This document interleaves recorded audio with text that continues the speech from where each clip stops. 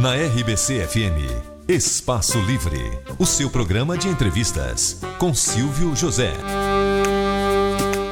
Nós recebemos nesta noite a presença do ex-governador, ex-senador Mauro Borges Teixeira, contando um pouco da história da Revolução de 64. Governador, mas antes da intervenção, houve lá um inquérito militar, né? Esse inquérito militar, qual foi o resultado desse inquérito militar? Bom, eles queriam me enquadrar, de qualquer forma, no movimento que eu queria separar Goiás do Brasil. Eu nunca pensei nisso, eu queria defender a autonomia do meu estado, não a independência. O estado de Goiás não era independente, são órgãos, estados autônomos. Então, eles usaram esse desejo do senhor e essa luta do senhor pela autonomia administrativa do Estado como se fosse um movimento separatista. Separatista, exatamente. Eles queriam, e na verdade, continuaram com isso. A conclusão do inquérito foi contra mim, foi para o Superior Tribunal Militar. Mas o Superior Tribunal foi formidável, viu? Que não tinha nada disso, que eu tinha todo o direito de me defender. Uma coisa extraordinária, viu? Vocês vão ver esse resultado, né?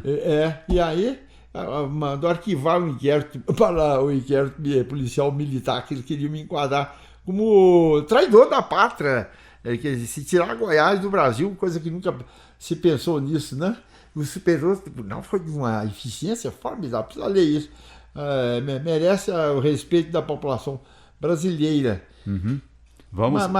Mas de qualquer forma, não esqueço o nome aí, um meu grande amigo, um deputado, um advogado, ele me enquadrou, ele não quis dizer que ele me enquadrou em crime de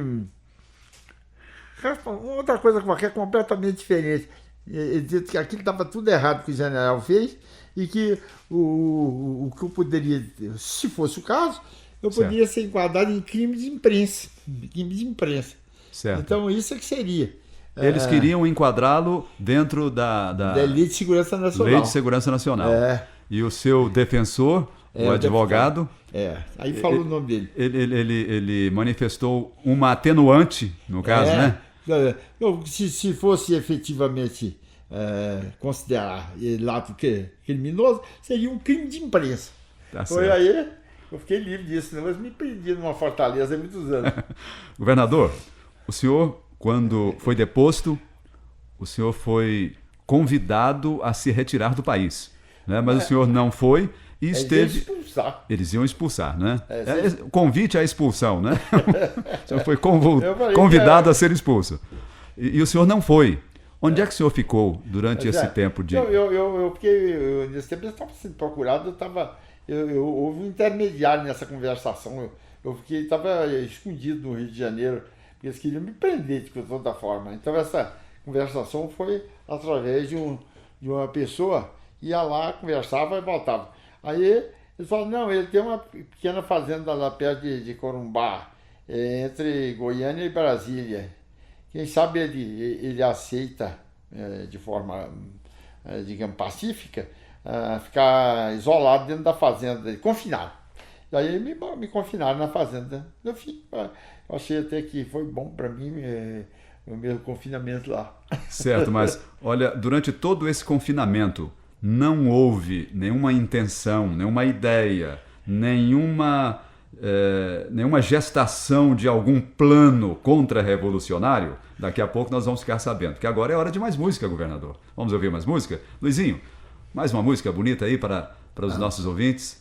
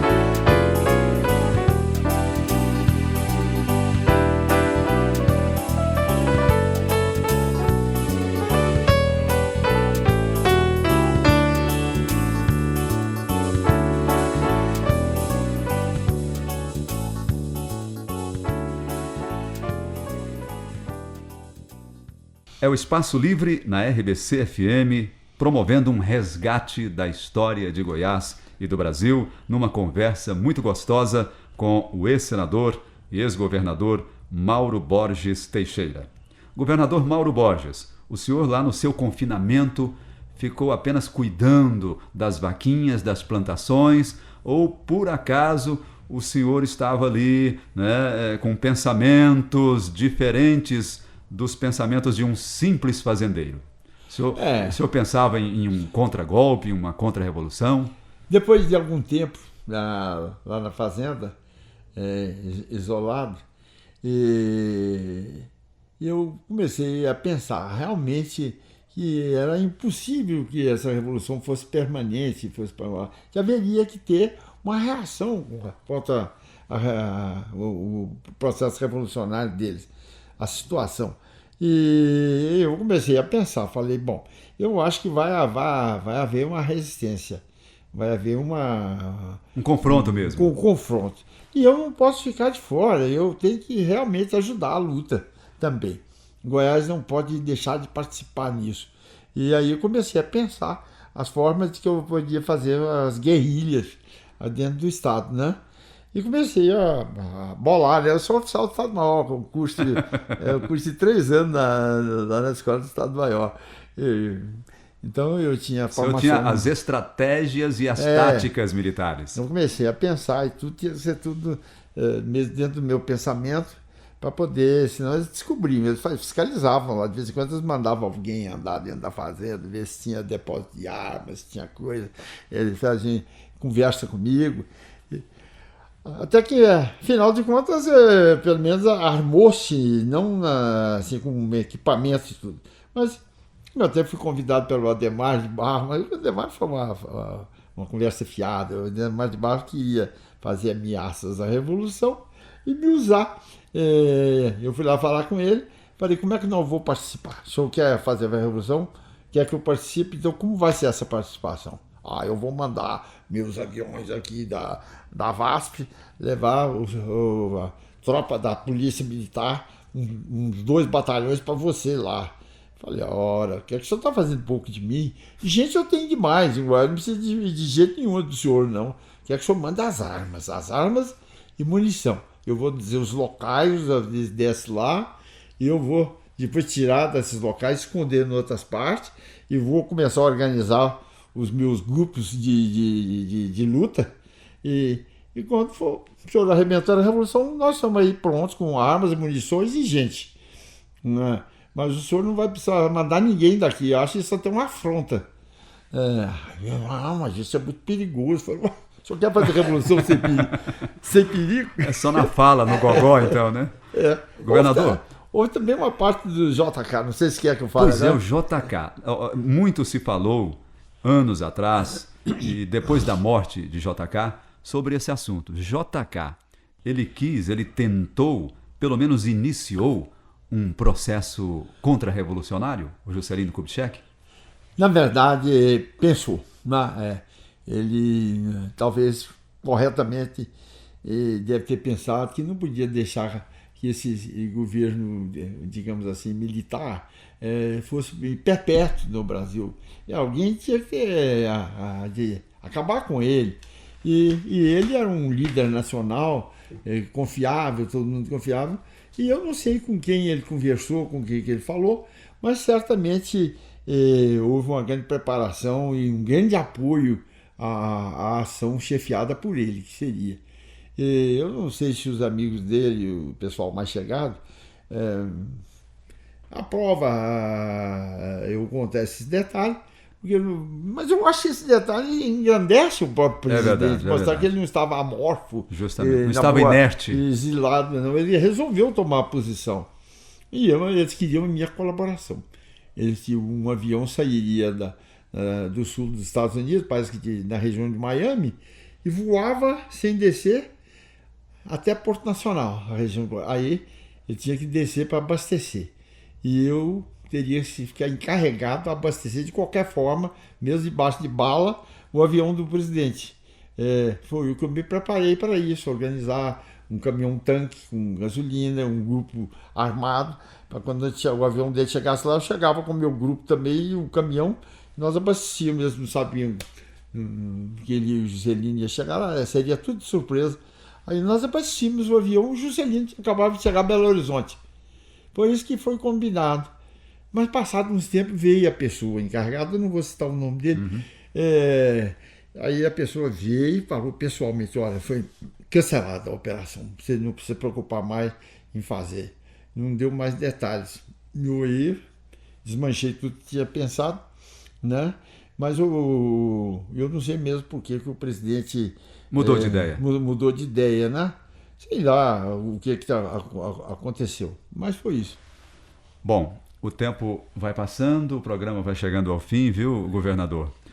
Nós teríamos aqui muito, mas muito o que falar, mas eu quero antes passar um texto aqui sobre a revolução. O que é revolução? Supõe-se a ação revolucionária como um instrumento de transformação nas relações políticas, sociais e culturais, no ordenamento jurídico institucional e na estrutura econômica. No plano da ação política, historicamente, as revoluções têm se dado com o emprego da violência e alteração de domínio de classe no aparelho de Estado. O golpe de Estado, por sua vez, sem as motivações ideológicas de uma revolução, limita-se a um movimento das elites e visa a substituição de autoridades para restabelecer a hegemonia de alianças políticas mais fortes entre a própria classe dominante. Como regra, não altera os marcos constitucionais e nem opera mudanças substanciais nos mecanismos jurídicos, políticos, econômicos ou sociais. No golpe de Estado, é escassa ou inexistente a participação popular, é breve a duração da luta política e, normalmente, é reduzido o nível de violência. O processo ocorrido no Brasil em 64, governador, segundo os historiadores, diverso desses dois modelos, trouxe características próprias: regime militar autoritário, centralizador e burocratizante, mas de consequências econômicas modernizadoras. Muito bem. O senhor foi um governador moderno e modernizador para a sua época. Nós vimos aqui neste texto que, segundo os historiadores, os especialistas, a Revolução teve consequências modernizadoras. O senhor concorda com isso? Que a Revolução foi positiva nesse aspecto da modernização do país? Esse é um assunto complexo, né? Algumas coisas eles fizeram no setor hidroelétrico, mas teria sido só eles capazes de fazer isso? Se não tivesse vindo a Revolução, os outros não poderiam ter feito? Quer dizer, não se pode dizer que só os militares fariam isso. Tudo estava em tempo à medida que as necessidades apareciam, não é? Eu acho até que no pensamento de muita gente, isso é sujeito à discussão. Do ponto de vista administrativo, a Revolução não foi tão mal quanto aos aspectos políticos. Esses sim foram graves, a perda de liberdade, a intervenção, a violência, tudo isso foi muito negativo. Agora, do ponto de vista, por exemplo, das indústrias e grandes, aqui, por exemplo, no Araguaia foi feito Tocantins, Tucuruí, uma grande usina de Tucuruí. E em outros lugares também se fez. Não se pode negar que a Revolução fez, do ponto de vista administrativo, algumas coisas. Governador, voltando ao governador Brizola, o senhor acha que o governador Brizola hoje, ele fala sozinho na sua ideologia, nos seus planos, nas suas ideias? Ele fala sozinho? O senhor acha que ele perdeu a credibilidade, realmente, por causa da idade, passou da época? O governador Brizola hoje, ele deveria ser ouvido ou ele está falando sozinho e deve continuar falando sozinho? Isso é muito difícil de eu falar. Eu sou amigo do Brizola e acho que ele é um homem corajoso e idealista e puro. Agora, eu nem posso dizer, raramente eu vejo os pronunciamentos dele, mas ele é um homem corajoso e patriota. Eu acho que, de modo geral, as críticas dele são válidas. O senhor acha que ele deveria ser ouvido ainda? Sim, eu não digo em tudo, mas Não passou do tempo ainda? Não, ele até é útil nacionalmente, porque ele tem coragem de falar coisas que muitos não têm. Governador Mauro Borges Teixeira, o que comemorar nesse aniversário da Revolução agora em março? Eu acho que isso depende, viu, da época, dos estados diferentes, não é? Alguns estados talvez possam ter recebido benefícios materiais. O que havia naquele tempo era uma verdadeira psicose anticomunista. O pessoal via comunista atrás das portas, debaixo das mesas. Uma vergonha, ter uma bobagem, esse medo de comunista. Afinal de contas, hoje se vê, né? A Rússia até pacificamente, sem guerra, terminou com o comunismo, acabou tendo um governo democrático e é um grande país. Eu acho que havia mesmo a criação de uma psicose mundial contra o comunismo, era uma cruzada mundial contra o comunismo. E todo mundo ficava louco, falava em comunista, matava criancinhas, comia criancinhas, coisas estúpidas. Então, não tinha nada disso. Na verdade, para a Rússia foi muito bom o comunismo. Eu acho que a União Soviética evoluiu muito do ponto de vista tecnológico, científico, grandes engenheiros, grandes estudos, grandes descobertas. O primeiro satélite quem lançou foi a União Soviética e tudo. Ninguém pode negar. Evidentemente, o regime comunista era cerceador de liberdade, de opiniões e tudo. Ninguém pode negar também que, sob alguns aspectos, a União Soviética não evoluiu, só foi tornar-se mesmo uma nação democrática agora, praticamente, né? Faz parte até da OTAN. É verdade. Na sua opinião, qual foi realmente o papel, a importância da participação dos Estados Unidos na deflagração do processo militar revolucionário no Brasil? Olha, dizem que havia ligações, tanto assim que quando houve a Revolução, houve a aproximação de navios de guerra dos Estados Unidos, da costa brasileira. Isso todo mundo sabe, não é? Eu não sei quem fez essa ligação, se foi espontâneo lá dos Estados Unidos, se eles sabiam e resolveram, por iniciativa deles, ajudar a Revolução, mas que o fato é que forças navais americanas se aproximaram do Brasil. Com o fim, não era, digamos assim, contra a Revolução, certamente não era, seria a favor da Revolução. Mas não houve necessidade, porque a ação foi muito rápida e não houve a menor resistência contra a Revolução, a chamada Revolução.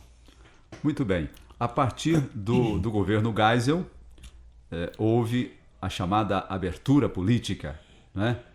Desses presidentes militares que ocuparam o posto a partir de Castelo Branco, qual deles o senhor acha que foi realmente o grande democrata dos militares? Se é que tenha havido um.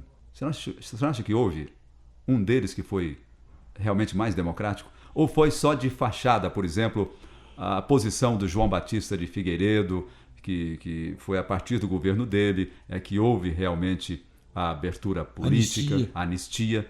Aquilo foi uma iniciativa, você acha que foi uma iniciativa do presidente ou uma iniciativa de um grupo? Quem foi o mais democrático dos governos militares? Olha, não é muito fácil responder isso assim, mas eu acho que o Geisel contribuiu para a evolução da redemocratização do Brasil. E o Figueiredo também, deu anistia e tudo mais. Eu acho que as colaborações maiores foram dele. Agora, muitas violências não eram da responsabilidade do presidente da República. Eu, por exemplo, aqui em Goiás, todo mundo sabe que houve violências grandes, mas eu não creio que tenha sido o Castelo que tenha mandado fazer, não é? Mas foram feitas. Muitas vezes essas violências são da iniciativa dos próprios líderes, dos próprios chefes, né? Dos líderes locais, né? Dos líderes locais. Eu acho que o que aconteceu aqui, não é? Eu não estou querendo citar nome, muitos deles já são falecidos e tal, mas não vieram com a obrigação de fazer violência, mas as violências se ocorreram bastante aqui em Goiás. Então, Goiás não tem, na sua opinião, nada a comemorar no aniversário da Revolução? Eu acho que não. No dia 31 de março comemora-se o aniversário da Revolução de 64. Pelo que nós ouvimos do governador Mauro Borges, essa comemoração é mais em nível histórico mesmo, não há o que se comemorar em outras áreas, né? É um registro histórico que os brasileiros devem conhecer, né, e devem acompanhar. E hoje, no programa desta noite, nós tivemos aí falas interessantes, né? Muitas coisas interessantes, muitos fatos revelados que estão no livro do ex-governador e ex-senador Mauro Borges, Tempos Idos e Vividos. Certamente o ouvinte que adquirir esse livro vai ficar sabendo de coisas ainda mais interessantes, porque é impossível nós colocarmos a maioria dessas coisas num programa de 1 hora, de um programa de rádio de 1 hora. Então, nós recomendamos a leitura deste livro, Tempos Idos e Vividos, Minhas Experiências, do ex-governador Mauro Borges Teixeira. Mas, governador Mauro Borges Teixeira, nós queremos agora, neste fim de programa, a sua mensagem para os governantes de agora. O que o senhor fez e que não faria, não repetiria, e o que o senhor fez e faria quantas vezes fossem necessárias. Olha, eu não me arrependo de nada que eu tenha feito ou pensado em fazer. Realmente, eu quis fazer uma nova reforma agrária, sem uma coisa muito discutida até hoje. Hoje os sem terra estão fazendo assim dezenas ou centenas de invasões. Felizmente uma parte grande sem violência, outras com violência, e estão organizando. Eu gostaria de ir, não tive condições até hoje, nem fui convidado, mas de verificar uma dessas organizações do Sem Terras, para ver se realmente elas estão sendo bem feitas e tudo. Eu andei, como disse, em vários países do mundo, vendo as estruturas agrárias, as organizações, e tenho um conhecimento que eu considero, modéstia à parte, bom do assunto. E eu quis fazer aqui em Goiás um exemplo para o Brasil, que era Combinado Agro-Urbano de Arraia, baseado em tudo que eu vi, senti e as condições do nosso povo. Mas, infelizmente, com a minha saída do governo, realmente não houve continuidade, mas todos os governadores que vieram depois da Revolução, ninguém tocou lá, ninguém destruiu. O único realmente que prejudicou mais foi o governador Íris. Lamento ter que falar isso, mas é a pura verdade. Ele realmente vendeu as terras que estavam destinadas ao combinado e deixou para pessoas que queriam comprar. Achou que o combinado certamente não teria mais razão de ser, embora ele tivesse realmente, não estava feito ainda, ele estava em curso. Ele podia ter ajudado, não ajudou, mas ao contrário, ele mandou vender as terras todas lá, e o combinado ficou só nas ideias. O interessante é que alguma coisa ficou tão forte que o município de lá onde existiu o combinado, hoje é um município do estado de Tocantins, chamado município do Combinado. Ficou dizer, forte, marcou, deu nome ao lugar. Né? O município do Combinado. Então, o senhor gostaria de ver uma reforma agrária diferente dessa que está sendo propalada? Sim, exatamente. Eu estudei muito o assunto em vários países do mundo.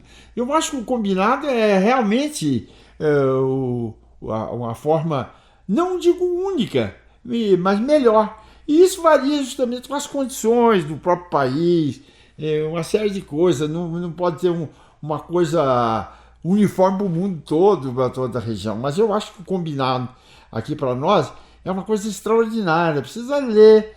Eu já cansei de falar nisso. E eu não inventei nada. O que eu fiz foi o fruto de uma visão quase mundial que eu fiz. Eu andei em vários países, estudando isso, países socialistas, não socialistas, etc. O que o governador Marconi Perillo na sua opinião, deveria priorizar? O que o senhor faria hoje? Que conselho o senhor daria para o governador Marconi Perillo?